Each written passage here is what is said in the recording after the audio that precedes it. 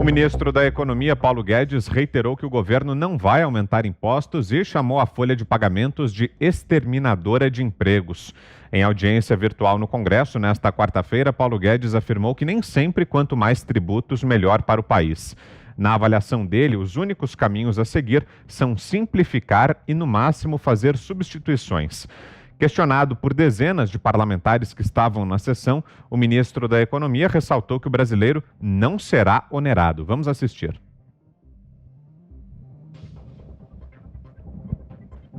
O Congresso vai nos ajudar a reduzir, simplificar, melhorar a progressividade e tornar eficiente e moderno o nosso sistema tributário. Agora, o presidente ganhou uma eleição. E a equipe chegou também com uma promessa. Nós não vamos aumentar os impostos. O povo brasileiro já paga impostos demais. Nós saímos de 18% do PIB há 30, 40 anos atrás, estamos hoje em 36% do PIB.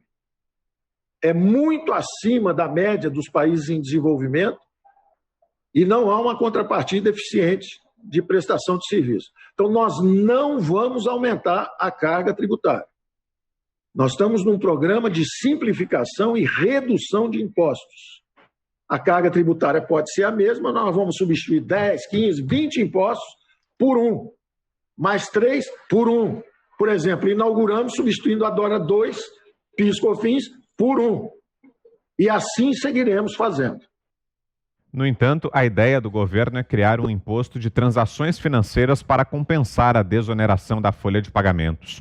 O ministro Paulo Guedes prega o fim do manicômio tributário, critica o encargo que recai nos empregadores e admite estudos sobre tributo digital. Vamos acompanhar.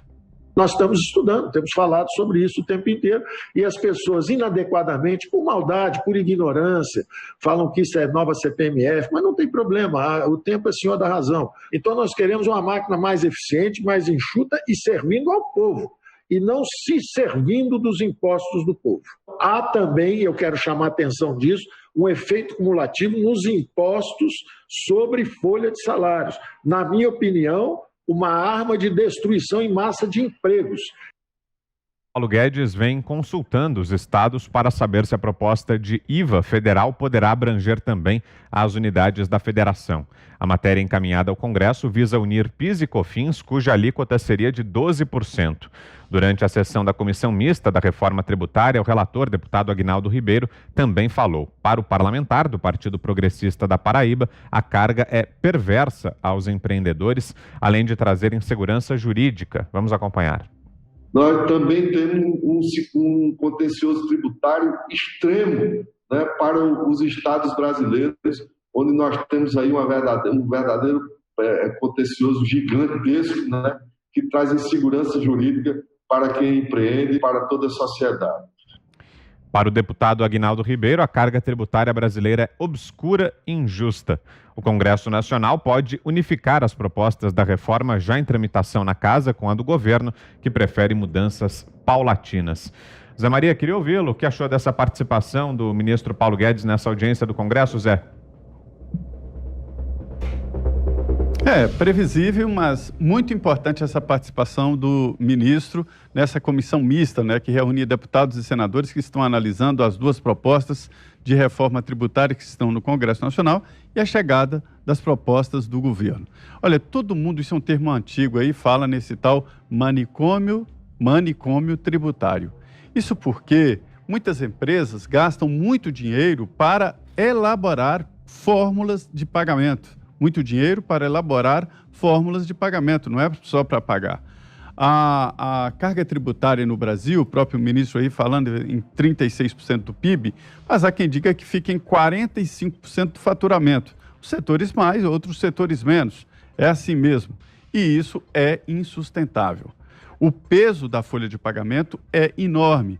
E o ministro Paulo Guedes prevê uma dificuldade muito grande para o emprego no pós-pandemia. Isso é natural, há uma expectativa de que a economia não contrate os funcionários que foram demitidos, né, durante esse processo de isolamento, de quarentena. Então ele vai colocar, claramente já está colocando ao Congresso Nacional, de que é preciso sim aprovar este imposto sobre transações financeiras, né, que seria, assim, uma espécie de CPMF. Vem com diferenças, mas é uma espécie de CPMF. O Congresso Nacional diz que isso é palavrão, não quer nem ouvir falar. Essa resistência dá para desconfiar, porque o imposto, assim, ele deixa marcas, pegadas do dinheiro. Então, isso para bandidos, para quem tem caixa 2, isso aí é problema, porque você pega um CPMF, um CPF ou um CGC e vê se a pessoa está pagando muito imposto, né? E tem declarado pouco e por que ele está pagando muito. Então, é uma fórmula de investigação do chamado caminho do dinheiro. Há uma decisão no Congresso Nacional, principalmente do presidente da Câmara, de votar rapidamente, ainda deste ano, a reforma tributária. Mas há dificuldades na prática. O ministro insiste, fala em não aumento de impostos, mas é que o momento atual, depois da pandemia, há um déficit gigante deste ano de 800 bilhões de reais, quase R$1 trilhão. O déficit inicial seria de ali acima de 120 bilhões de reais. Então passa agora para 800 bilhões. Num clima assim, num cenário assim, Vitor, seria natural que o governo quisesse aumentar impostos. Sempre foi assim. Aí vem o ministro, promete que não quer aumentar a carga tributária. Esse equilíbrio fiscal é um dos debates da reforma tributária, né? Mas quer criar um novo imposto para tirar imposto, que na verdade não é só impostos, existem taxas, contribuições sobre a folha de pagamento. A folha de pagamento no Brasil é muito pesada e o ministro quer exatamente isso. E colocar para os deputados ou isso ou aquilo e outro. Ele diz ou feio ou feioso. É a maneira como ele diz aí para criar o novo imposto. Mas, de qualquer maneira, está muito difícil, viu? Criar esse imposto que o governo considera moderno.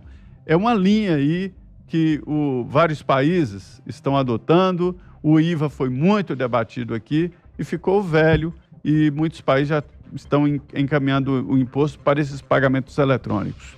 Tudo vai para a internet, né? Diga aí, Fiuza. A reforma do Paulo Guedes é a saída para o Brasil, como já dissemos aqui, retomar, né, o tombo da pandemia em V, como se diz, né?